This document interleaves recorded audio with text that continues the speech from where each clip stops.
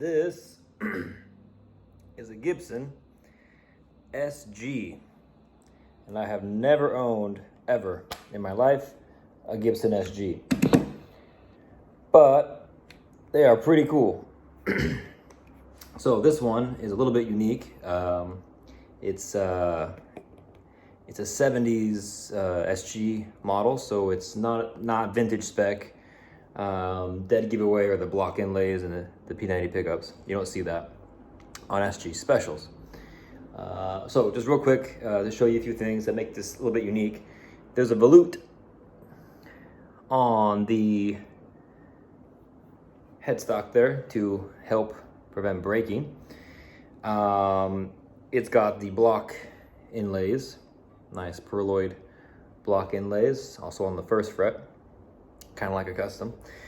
And this one used to have mini humbuckers and the regular two-piece tailpiece, and someone decided, no, I want to have an SG special that's in Pelham blue, which is this color, and the block inlay. So they ripped out the pickups, they filled in the hole, and they put a really nice wraparound Faber tailpiece, some P90 pickups, and then repainted this thing Pelham blue nitro. So it is cool. Not the world's best paint job. There's a few, I'm not sure if you can see it.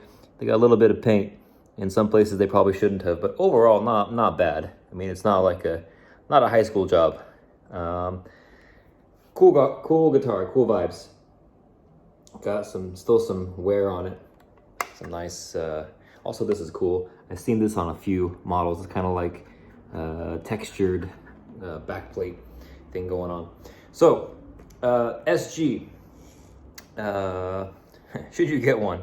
I have never owned an SG, but like a lot of people, I think I've always thought that they're fucking cool guitars. My first time I ever saw it was probably like AC/DC, Black Sabbath, also, right? It's just got that heavy metal vibe with these horns here.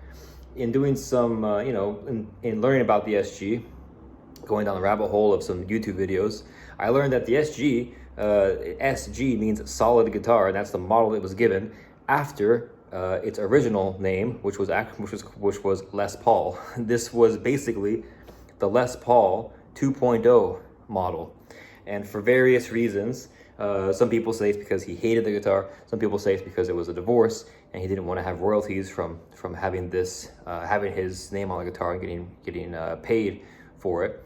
The name was changed to SG. So this is around like the 60s. The Les Paul stopped selling so well toward the end of the 50s, and in the 60s they came out with this model, and it sold really well. It was super popular because it has some things that the original Les Paul kind of lacked. Number one is fret access. You can see, look at that.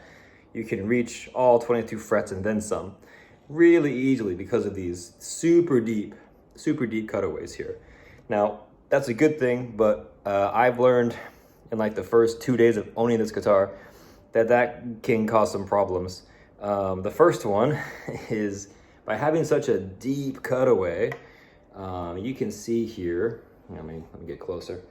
You can see where the neck, because it's a set neck design, right? You can see where that goes into the body, right?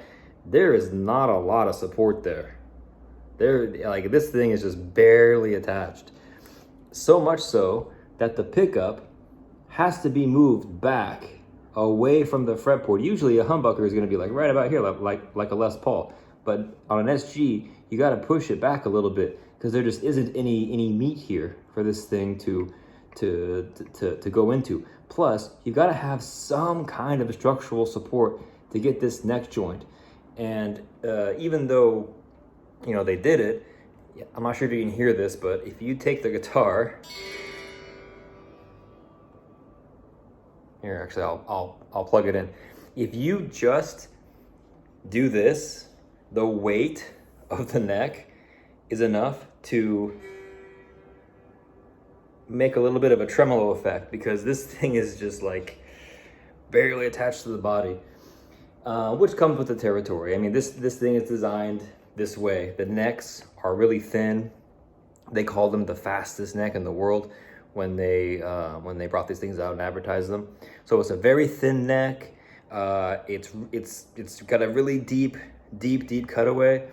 It's just going to be, for lack of a better word, flimsy, which some people might say sleek.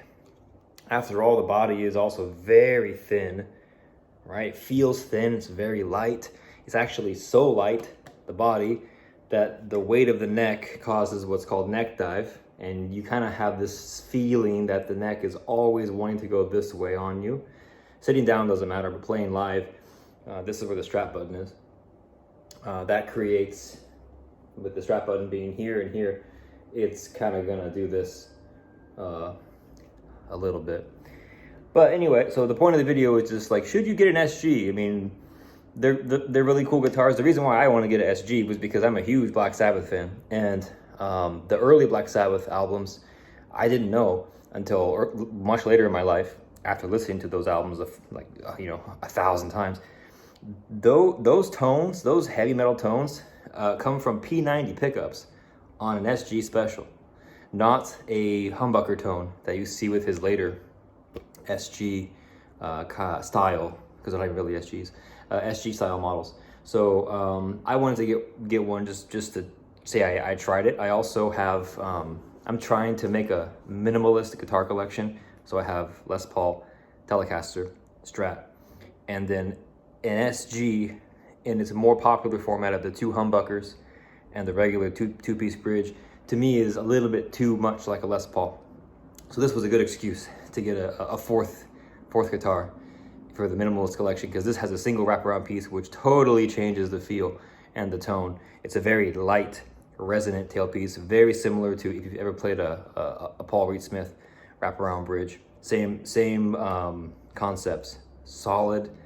You don't have to intonate anything except for just get those last two outer E strings in intonation, and the rest will follow.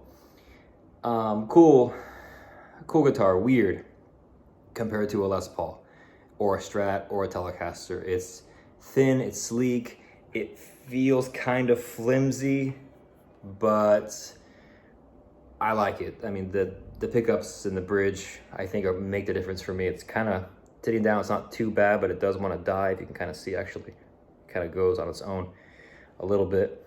So yeah, Gibson SG. If you're curious, try one out, but know that you're gonna have to deal with a flimsy feeling neck. It's gonna go out of tune. This thing goes out of tune a lot. I'm gonna make another video later, similar to my Les Paul video, trying to go through and like get all the fine tuning points. I've restrung this thing with 9s, and it's perfectly in tune. It's perfectly intonated, but it is, in fact, I don't know, it's still in tune a little bit. I've noticed it goes out of tune a little bit quicker, so I'm gonna investigate. The bridge is good. There's nothing to go wrong here with this bridge. This bridge design, this Faber wraparound, this thing is fucking rock solid. So I'm gonna investigate a little bit how this nut is cut. I didn't do my usual string. I did lock the strings by wrapping them and locking them, but I didn't wind the G and the D. I didn't wind them on top of the wrap instead of under the wrap like I usually do on a Gibson style headstock. So I might investigate that, but otherwise, great guitar. If you want to get an SG, do it. Pick one up. You might like it. That's it. See you next time.